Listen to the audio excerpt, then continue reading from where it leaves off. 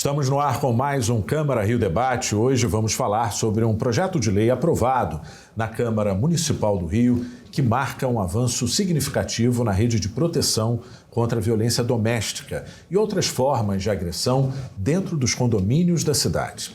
A nova legislação obriga síndicos e administradores de condomínios a denunciarem os casos ou até mesmo suspeitas de violência contra mulheres, crianças, adolescentes, idosos e animais ocorridos em unidades residenciais ou áreas comuns dos prédios. Para falar sobre este assunto, eu recebo a Júlia Versiani dos Anjos. Ela é doutora e mestre em Comunicação e Cultura pela Universidade Federal do Rio de Janeiro, na linha de Pesquisa, Mídia e Mediações Socioculturais. Seja bem-vinda, Júlia. Obrigada pelo convite. Bom, eu recebo também a Kátia Vita. Ela é advogada com dedicação exclusiva nas áreas da família, trabalhista e também setor previdenciário. Seja bem-vinda. Eu que agradeço a oportunidade. Vamos acompanhar uma reportagem com dados sobre o assunto. Em 2024, o estado do Rio de Janeiro registrou 107 casos de feminicídio, um aumento de 8% em relação ao ano anterior, segundo o Instituto de Segurança Pública. Mulheres assassinadas quase sempre por companheiros ou ex-companheiros. As mortes são o ponto final de um ciclo de violência que começa muitas vezes com o silêncio. Entre 2020 e 2023, os casos de violência contra mulheres no estado cresceram 95%. Durante a pandemia, somente entre fevereiro e abril de 2020, mais de 5.500 postagens nas redes sociais mencionaram episódios de violência doméstica entre vizinhos. Ficou claro que os condomínios se tornaram espaços fundamentais como possíveis canais de denúncia. Diante do quadro, a Câmara Municipal aprovou uma lei que obriga síndicos e administradores de condomínios residenciais e comerciais a comunicarem às autoridades qualquer caso ou suspeita de violência doméstica de forma imediata. A legislação também determina a fixação de cartazes nas áreas comuns, incentivando moradores a relatarem agressões. A proteção se estende a mulheres, crianças, idosos e animais. Bom, então eu começo com você, Júlia. Durante a matéria, a gente observou aí um dado muito preocupante, que é o aumento da violência contra a mulher, né? A violência doméstica, desde a pandemia, né? A gente tem uma lei que aprova justamente a ação de síndicos e administradores de condomínios para alertarem com relação a esse problema. Na sua avaliação, o que a gente pode extrair de bom desse projeto para reverter essa situação? Sim, é muito importante justamente essa ação pensando no ambiente doméstico, né? O condomínio é o lugar onde as pessoas vivem, onde as pessoas moram. E o Atlas da Violência mostra pra gente, ano após ano, que a casa, ao contrário do que muitas vezes a gente imagina, a gente pensa a casa como um lugar seguro, acolhedor. E o Atlas da Violência, as estatísticas, né, mostram pra gente que muitas vezes, infelizmente, é o contrário. A casa é um lugar extremamente perigoso para as mulheres, né? Um lugar onde mulheres, crianças também, adolescentes, infelizmente, muitas vezes sofrem muita violência, né? Então, a ideia desse projeto de voltar o olhar justamente para esse espaço, né, e pedir ajuda da sociedade civil para que o poder público possa chegar nesse espaço é muito importante, nesse espaço doméstico que muitas vezes algumas pessoas acreditam que deve ficar isolado, né, do poder público, mas esse projeto de lei parte dessa ideia, né, da gente chamar as pessoas, no caso os vizinhos, né, a comunidade, os síndicos, para estarem atentos a esse espaço e chamar o poder público, acionar o poder público quando necessário, né, e é algo que pode fazer muita diferença, né, porque é importante que as pessoas saibam que a violência doméstica, ela pode chegar ao ápice que é o feminicídio, né, então o feminicídio e a violência doméstica estão intimamente interligados. Então, a violência acontece num ciclo em que muitas vezes as mulheres têm dificuldade de sair desse ciclo de violência e elas precisam saber que elas não estão sozinhas, né? Então, esse vizinho, esse síndico, essa pessoa, né, vai poder dar esse apoio à mulher e mostrar: você não está sozinha, a sua vida é importante, né? A gente está aqui para te auxiliar. E o agressor também precisa saber disso também, né? Precisa saber que o mundo mudou, né? Que ele não pode mais dispor livremente do corpo da mulher. Nunca pôde, na verdade, né? Mas Em outros momentos, infelizmente, a legislação era outra, né? É uma outra interpretação, né? E é justamente com isso, Kátia, que eu queria te perguntar. O conceito da violência doméstica, ele é muito amplo, né? Não é apenas o extremo que a gente está acostumado nas manchetes dos jornais. Ou seja, existem vários sinais. Na sua experiência, né? Você acredita que a gente consegue ter uma visão mais crítica? Ou seja, as pessoas que ao redor de algum núcleo familiar conseguem ter uma visão mais crítica com relação a esse problema?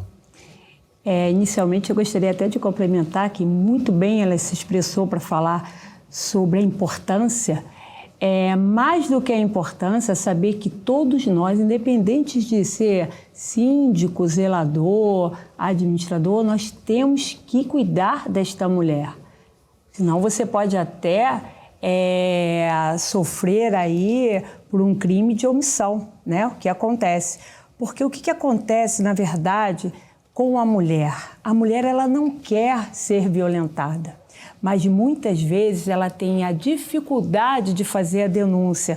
Às vezes porque ama essa pessoa, às vezes porque está num relacionamento abusivo com o narcisista que fala que ela não é mais nada.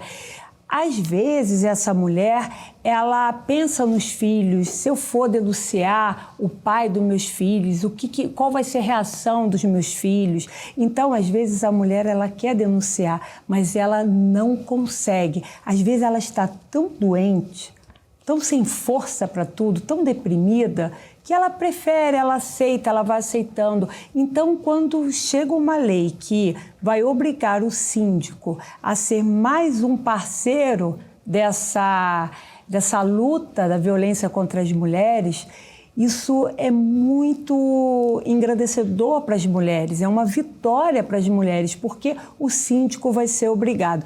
Tá certo que vai ter às vezes a gente tem uns problemas dentro do condomínio, né, que o síndico pode falar algumas coisas que também não, mas isso faz parte, toda a lei tem os seus prós e seus contras. Então o impacto, essa mulher ela ter mais um braço, mais um apoio, porque agora a lei, porque vai fixar cartazes, né, esse homem vai falar assim, será que o síndico está escutando? Então hoje nós temos mais um braço. Hoje foi muito importante essa lei para a nossa proteção. Bom, então eu peço a atenção de vocês em relação a alguns números que estão aqui para vocês analisarem.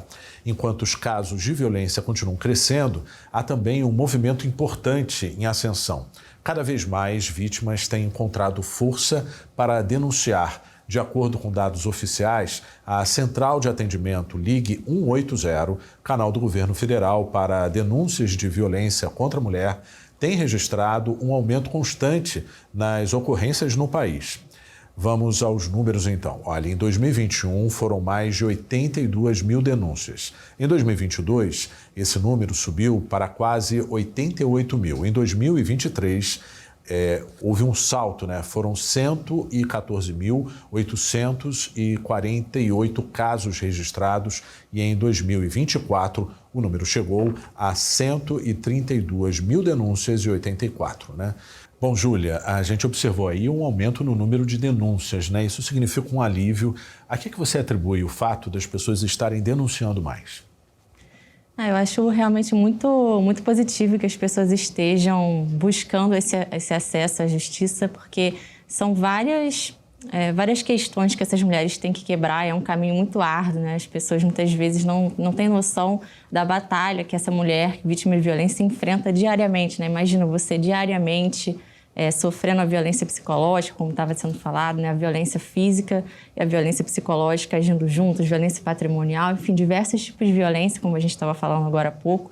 Então, é muito difícil para a mulher conseguir quebrar esse ciclo e que bom que isso tenha acontecido. Eu acredito que as pessoas, né, iniciativas como as que a gente está tendo agora são importantes para que as pessoas saibam seus direitos, né, e comecem a dar o primeiro passo. E também é muito importante, também, como a gente estava falando, o apoio, né? Porque essa mulher não pode fazer isso sozinha, ela precisa do apoio das outras pessoas, né? Dos familiares, das amigas e dos vizinhos da comunidade, né? Então, acho que esse projeto de lei mostra essa questão da comunidade se engajando nisso. Muitas vezes as pessoas acham que é uma responsabilidade da mulher, né? Ela tem que fazer a denúncia, mas é claro que ela precisa ter autonomia, mas é muito importante que as pessoas apoiem também para que a gente continue, né, aumentando esses números, que esses casos continuem chegando, né, que a gente não tenha uma situação de subnotificação, porque muitas vezes, né, os números mais baixos não é necessariamente que os casos não estão acontecendo, na verdade é porque eles não estão chegando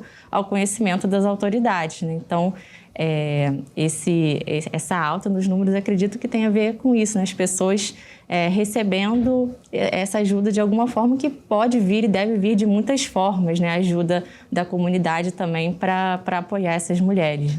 Bom, Kátia, a gente sabe que as mulheres muitas vezes são vencidas por esse medo, mas existem possibilidades que elas podem seguir, né? Ou seja, de que forma que elas podem denunciar, como que a gente consegue, por exemplo, dentro de um cenário abusivo, né, que é propriamente a casa onde ela vive, fazer uma denúncia, fazer um pedido de proteção, né? Então, é um ciclo, né? Primeiro lugar, essa mulher ela tem que identificar que ela está sofrendo uma violência doméstica. Ela já tem que identificar esse ciclo. Depois, ela, se por acaso, né, prorrogar, se chegar aos termos físicos, patrimoniais, essa mulher ela pode até dentro do banheiro fazer uma denúncia. Fazer uma petição para o Tribunal de Justiça. Coloca lá no Google, denúncia, Tribunal de Justiça, pode ser madrugada, porque muitas vezes, e eu já fui vítima de violência doméstica, só que eu fui vítima antes da Lei Maria da Penha, então nada disso era protegido. A mulher foi violentada e imagina, né? Você tem que dormir com esse barulho e pronto. Hoje não, hoje nós temos uma lei. Mas as mulheres, elas ficam até constrangidas de chegar numa delegacia e muitas vezes falar o que está acontecendo para não ser julgada. Essa mulher, ela deixa de ir por conta, não quero ir na delegacia não, às vezes meu marido é da polícia, ou às vezes ele tem outras situações. Então, assim, e não acontece isso. Quando a mulher ela pretende comparecer na delegacia, principalmente das delegacias especializadas, ela vai ser abraçada pelas pessoas que estão altamente especializadas para atender essa mulher. E qual seria o processo? Ela pode jogar no Google? Onde que ela procura? Isso. Ela pode fazer a pesquisa no Google, fazer denúncia contra a violência doméstica, que lá vai estar todas as orientações, no próprio Tribunal de Justiça. E essa mulher, ao contrário do que muitas pessoas falam por aí, nada aconteceu com o agressor, nada... Não, ela tem sim o apoio. Ela tem sim o apoio do governo, ela tem sim o apoio do Tribunal de Justiça, da Justiça. Então, a mulher, sim, ela tem que buscar ajuda, seja de qual forma que ela tiver disponível. Bom, nós vamos para um breve intervalo e voltamos já. Bom, estamos de volta com Câmara Rio Debate, hoje falando sobre a lei aprovada na Câmara Municipal do Rio, que marca um avanço significativo na rede de proteção contra a violência doméstica e outras formas de agressão dentro dos condomínios da cidade. Aqui comigo está a Júlia Versiani dos Anjos, que é doutora e mestre em Comunicação e Cultura pela Universidade Federal do Rio de Janeiro. E a Kátia Vita, advogada com dedicação exclusiva nas áreas da família, trabalhista e o setor previdenciário. Bom, Júlia, a gente sabe que a lei aprovada ela tem um leque bem extenso, né? A gente tem a questão das crianças, dos idosos e também dos animais. Na sua avaliação, de que forma que esses sinais aparecem no cotidiano, por exemplo, de um prédio? A gente tem a informação de que vai ser observado, é lógico, pelo administrador do condomínio, pelo síndico, mas onde você acredita que a gente consegue mais evidências dentro dessa rotina? Bom, eu acredito que é um pouco essa ideia dos vizinhos estarem atentos ao que está acontecendo, né? E muitas vezes, quando existe essa situação de violência, as pessoas até falam, briga na família é normal, mas existe uma diferença que é importante a gente pensar, de uma diferença de uma briga normal de família e uma violência, né? Uma diferença que fica bem... Até mesmo na atuação contra uma criança ou contra um idoso ou um animal, né? Sim, então é uma diferença bem clara que é importante as pessoas estarem atentas e agir se necessário, porque por meio dessa atuação, você pode evitar, né, uma lesão corporal que vai afetar a vida toda daquela criança, daquela mulher, ou afetar também a qualidade de vida daquele idoso. Você pode até mesmo evitar um desfecho letal, que muitas vezes, infelizmente, acontece também nesses casos de violência doméstica, violência intrafamiliar. Então, essa ação assertiva das pessoas que estão em volta é essencial e pode realmente salvar uma vida, né, ou melhorar muito uma situação que estava fora do controle, fora né? do controle. Bom, Kátia, como que será feita essa denúncia? Ou seja, de que forma que isso pode se processar na prática e qual o limite dessa denúncia? Complementando o que a Júlia falou, que às vezes a violência física ela é muito clara, né? A gente escuta ali, é muito clara. Mas a gente também tem que ficar atento à omissão, ao silêncio, aquele idoso que não recebe ninguém, aquele idoso que está abandonado. Então, o abandono ao idoso também é crime. E eu acho, quando eu vi o projeto de lei, eu pensei logo no abandono. Muitos idosos, às vezes, morrem por não estar bem da cabeça, não se cuidar mais, porque os filhos que têm obrigação, até obrigação de pensão, deixam aquele idoso para lá. Então, eu acho que também os síndicos vão poder contribuir para falar, cadê a família desse idoso? Eu não vejo esse idoso transitando, ele está sendo cuidado, ele está sendo medicado. Então, eu acho que vai ter essa denúncia também, vai aumentar esses casos também por esse abandono afetivo, abandono dos filhos, dos netos, dos familiares. E como é que vai ser feita essa denúncia, né? A denúncia vai estar disponibilizada até por aplicativos, pode ser físico, né? O síndico, o administrador pode comparecer na delegacia e pode ser online. Então, ele vai poder contribuir com a polícia, vai poder contribuir com a sociedade e vai ajudar os idosos e as crianças também. Quantas famílias aí, quantos acidentes acontecem porque as crianças ficam sozinhas dentro de casa. É um abandono. E os animais? Às vezes tem animais que ficam 3, 4, 5 dias sem alimentação. Então, assim, essa lei vai contribuir muito. É um leque, né? É para a mulher, para o idoso, para os mais fracos. Perfeito, mas a gente também tem do outro lado a questão da formação tanto dos administradores de condomínio quanto os síndicos, né? Eles precisariam aí de um treinamento, de uma orientação, de uma reciclagem, porque a gente sabe que existem, às vezes, até desavenças dentro do condomínio, né? Como que a gente consegue transformar isso num cenário positivo? Curso. Vai ter que ter cursos, vai ter que ter palestras, principalmente para essas pessoas terem a sensibilidade de identificar. Porque a violência física, ela é identificável. Se chegou lá, está todo quebrado. E os outros tipos de violência? O abandono do animal, o abandono do incapaz, o abandono do idoso. Então, eu acredito que deveria fazer um investimento para preparar esses síndicos, esses administradores, para ter a sensibilidade de saber se é crime, se não é, se é. Vai ser um trabalho que vai ter que ter investimento por parte dos condôminos. Bom, Júlia, a gente sabe que qualquer situação de violência, ela precisa ser tratada com muita sensibilidade também. Exige aí a questão do sigilo, né? Não da exposição total de quem está sofrendo. Muitas vezes essa mulher não quer ser exposta, né? Ou seja, embora sofra violência doméstica, mas precisa de uma ação imediata, né? Equilibrar essas duas situações é muito difícil, né? Na sua avaliação, qual seria a melhor orientação num caso como esse?